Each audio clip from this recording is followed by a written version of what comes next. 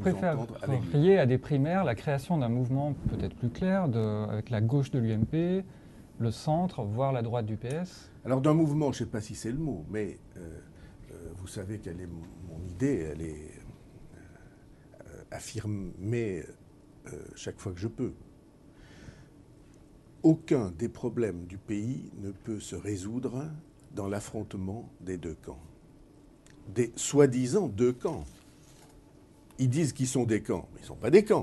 La droite est coupée au moins en deux, la gauche est coupée au moins en deux, et seul un ensemble au centre qui soit réformiste, qui soit, si possible, compréhensif de ce qui se passe dans le pays, qui ne passe pas son temps à exciter les gens les uns contre les autres, qui au contraire essaie de voir ce qui rassemble, et puis qui trouve des mots différents, et un enthousiasme différent, et une manière de faire de la politique différente, qui ne soit pas perpétuellement dans les privilèges, dans la mise à l'écart, dans le fait de jouer avec les règles perpétuellement, considérer que la loi n'est pas la même pour ceux qui sont au pouvoir et pour les autres.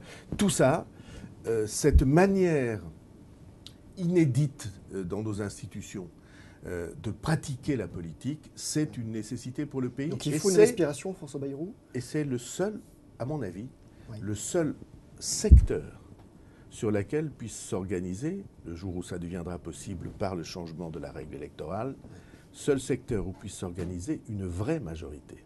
Donc une respiration. Parce que toutes les autres sont des fausses majorités. Une respiration politique, une offre nouvelle entre l'UMP et le PS, oui, rassemblant les gens qui peuvent être convaincus sur cette ligne de l'UMP. Il faudra couper l'omelette. Il faudra couper l'omelette de. Oui, j'aime pas l'expression. Alain Juppé l'a utilisé, mais il a cassé des œufs pour faire l'omelette. Il faut casser des œufs pour faire l'omelette. C'est pas mon idée. Mais vous voyez bien qu'il y a, il y a un seul courant possiblement majoritaire. C'est celui qui, en effet, pourrait unir les réformistes qui soient à la fois raisonnables et enthousiastes des deux camps, des deux soi-disant camps. Et donc ça exclut une primaire.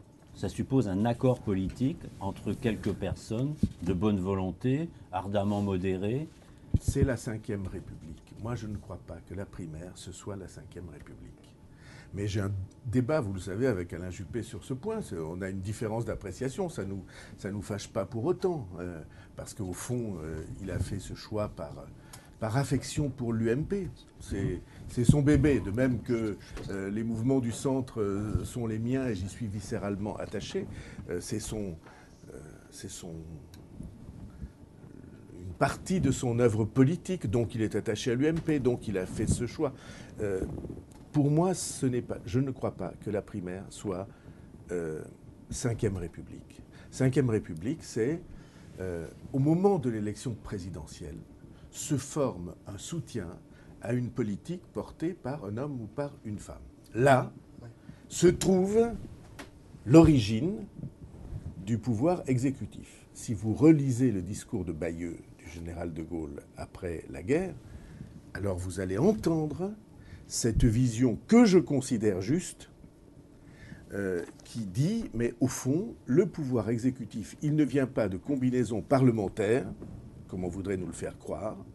Le pouvoir exécutif, il vient du soutien que le peuple accorde à une vision portée par une femme ou par un homme.